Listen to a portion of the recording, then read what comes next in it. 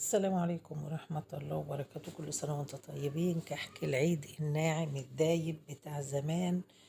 بسم الله ما شاء الله. ريحة وطعم ونعومة وذوبان وجمال. بعد كده مفيش. تعالوا نشوف كده هنعمله ازاي. كحكة دايبة وناعمة في ايدينا. بسم الله ما شاء الله. تعالوا بقى نشوف هنعمل ايه. نعمل العجمية الأول. العجمية اللي أكتر الناس بتعملها وما بتقولش عليها، وناس تانية ما تعرفش هي بتتعمل ازاي، فما يعرفوش إنها جميلة بالشكل ده. أنا معايا معلقتين سمنة حطيت عليهم، أو 3 معالق سمنة حطيت عليهم 3 معالق دقيق. اديتهم كده لفة في الطاسة على البوتاجاز لغاية ما أحس إن هما بدأوا يغلوا، ويكون الدقيق كله داب في السمنة زي بتاع البشاميل بالظبط. بدأ بقى خلاص بيغلي، هو دقيقة واحدة ما استناش عليه يغير، علشان ما يدلناش شكل تاني ولا مكون تاني. حط عليهم نص معلقة عسل، نص كوباية عسل، يكون عسل صافي انت متأكدة منه، جايباه من مكان مضمون. ونديله تقليب على البوتاجاز على نار هادية زي ما انتوا شايفين كده يا حبايبي.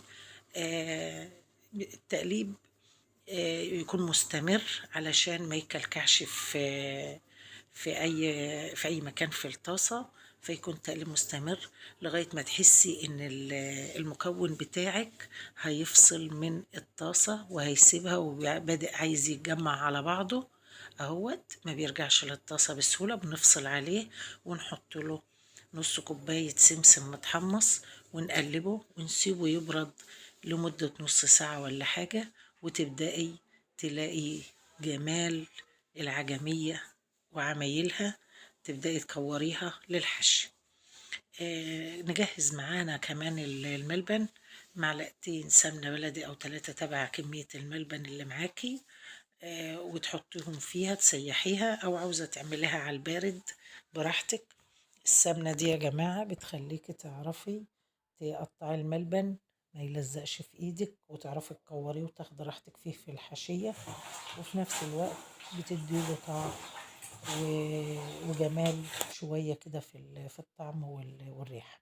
ويفضل يكونوا معلقتين سمنة بلدي. طبعا بعد كده خلصنا عجين ال- ال- الملبن والعجمية وكورناهم. شوف العجمية جميلة وريحتها جميلة وروعة يا جماعة. ما بحطش أي إضافات للملبن غير كده. نيجي بقى لعمايل الكحك. أنا معايا كيلو ونص سمنة.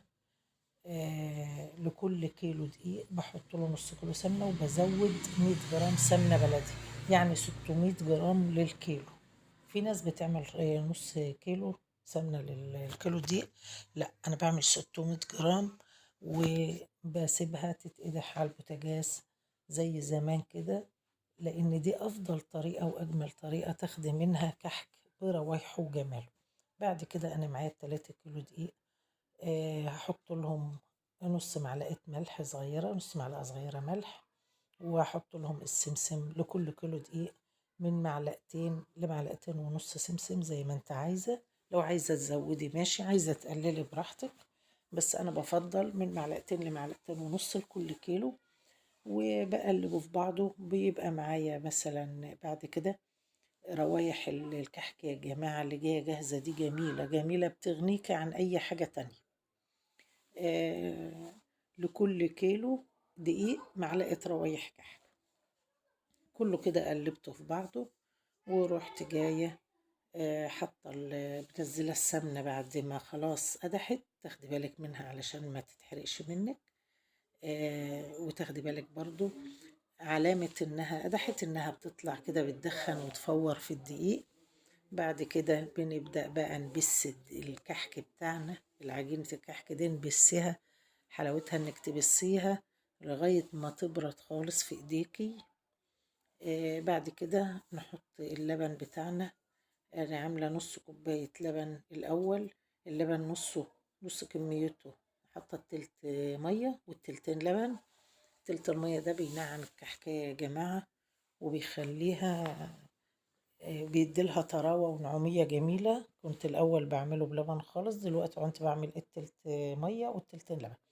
هاخد نص كوباية من كمية اللبن. أنا بحط لكل كيلو دقيق كوباية ونص، كوباية لبن ونص مية، يعني كوباية ونص لكل كيلو.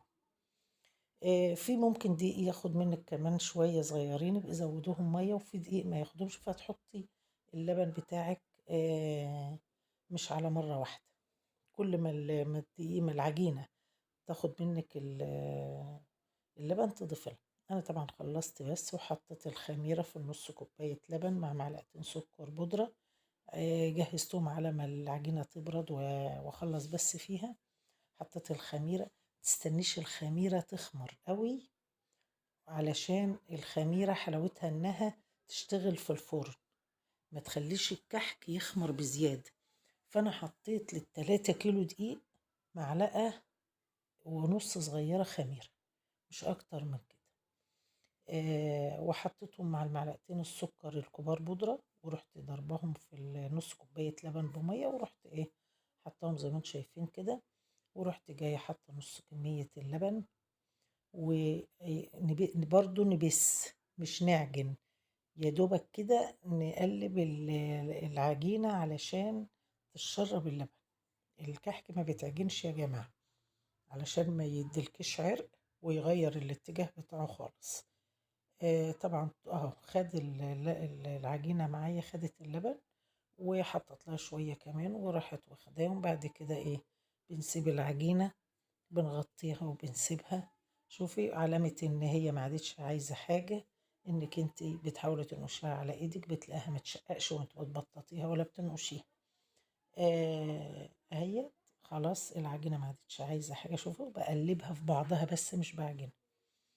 بعد كده بقى جبت ولاد اختي، وقلنا يلا علشان ننقش مع بعضنا كده. دعيتهم لي علشان ينقشوا ويفرحوا بكحك العيد، بيبقى لمة. وإن شاء الله يعجبكم النقش بتاعهم.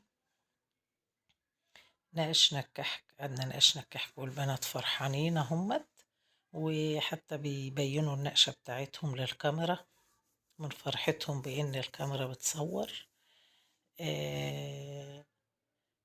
ناقشنا الكحك ونولع البوتاجاز. فرن البوتاجاز يا جماعة نولعه على درجة حوالي 110، يعني درجة هادية.